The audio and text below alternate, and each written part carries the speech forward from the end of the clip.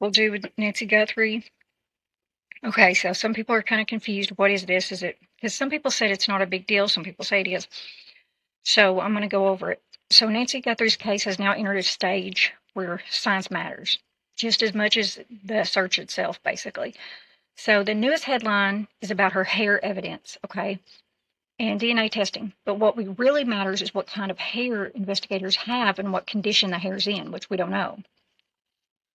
According to ABC News, the FBI says the hair sample is now under discussion, was actually collected back in February and has only now been transferred from the private Florida lab to the FBI lab for advanced testing.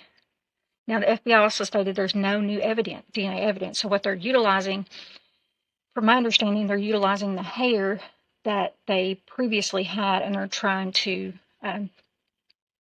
do something with it. The testing method and renewed analysis are what make this development important, really. That's the whole concept. From a forensic standpoint, one of the first big questions is whether that hair has a root attached. And a hair root, especially with follicular tissue,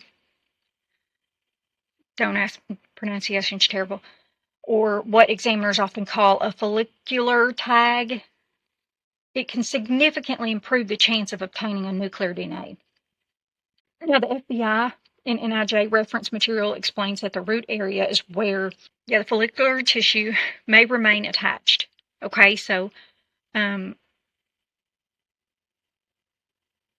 generally is DNA testing is generally strongest when the root material is present, but if it's not present, it's not that it can't be done. But if the hair does not have a root, the analysis becomes it becomes more difficult. It's more of a challenge. It's not that it can't be done. That does not mean that the hair is useless, okay? So they can still, new advancements, they can do different things, but it means the lab may have much less nuclear DNA to work with, okay? So if there's no root, then it's going to be more difficult. It's going to be more of a challenge, less DNA to work with. Okay, so keep that in mind. And in many cases, they may have to rely more heavily on mitochondrial DNA. Some of you all might have heard this in biology class. And that is, mitochondrial DNA is from the hair shaft. Okay. And basically, it can still be obtained from the shafts even when there's no root material is present, but it's generally less individualized than a strong nuclear DNA profile. So a recent summary on telogen hairs also noted that many shed hairs contain very low amounts of nuclear DNA or none that is detectable. So sometimes it's based on the individual. Even though mitochondrial DNA may still be present in higher amounts, you still have an iffy situation. That point is important because many hairs found at scenes are naturally shed hairs.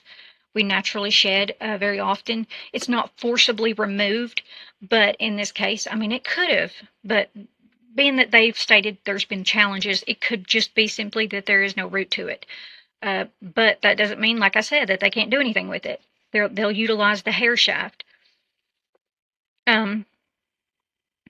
But if it's not forcibly removed hairs, it's generally hairs what you find is shed hair. But shed hairs are often in the telogen phase, okay? And those are exactly the hairs that tend to have little or no detectable nuclear DNA, okay? So if this is a naturally shed hair without a usable root, then the FBI may be facing a much more difficult extraction and interpretation process, basically. That would help explain why the sheriff has suggested that the forensic sorting out process could take months. And it could, if that's the case, if that is the case. Another factor is whether the hair was chemically treated. So if your hair has been dyed, okay, and you're at a crime scene and you're trying to collect evidence and you collect someone's hair and that, say, a victim's hair or a perpetrator's hair, and they have dyed their hair, it's going to sometimes damage, like bleach, heat treated, or otherwise chemically processed, can create additional forensic difficulty. Okay, so recent forensic literature notes that a single hair identification is already difficult the way it is because hair, it contains low amounts of DNA. It degraded DNA is what it is.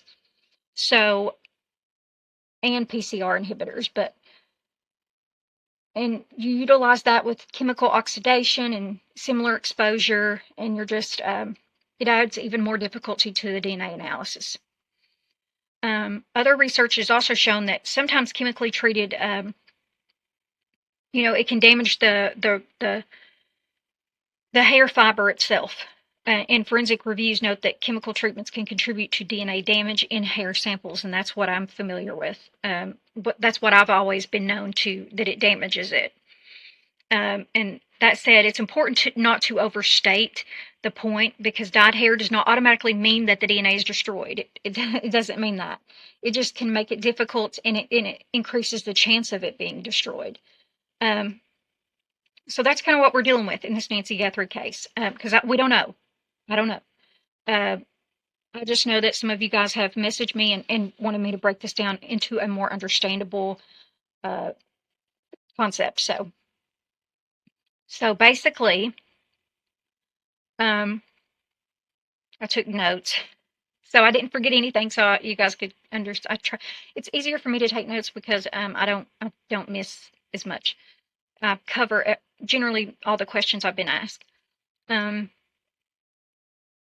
So basically, a dyed hair does not mean that the DNA is destroyed, and a rootless hair does not mean that, you know, automatically mean that we're dead in the water here. There's still a chance, and that's what matters. And even under these circumstances, there have been positive. Uh, it's given, you know, it's provided samples. So I mean, it's provided. Yeah, yeah, that's what I'm trying to say. So modern forensic methods are getting better at extracting information. I mean, it's crazy how much technology has advanced. Um, and of course, as time goes by, I have to be more educated in this stuff. So I have to keep myself up to date on these things. But but yeah, they are becoming more advanced, and they can do more with this stuff, and that's great. That's great. That's going to help us to secure, you know, and solve more of these homicides. So.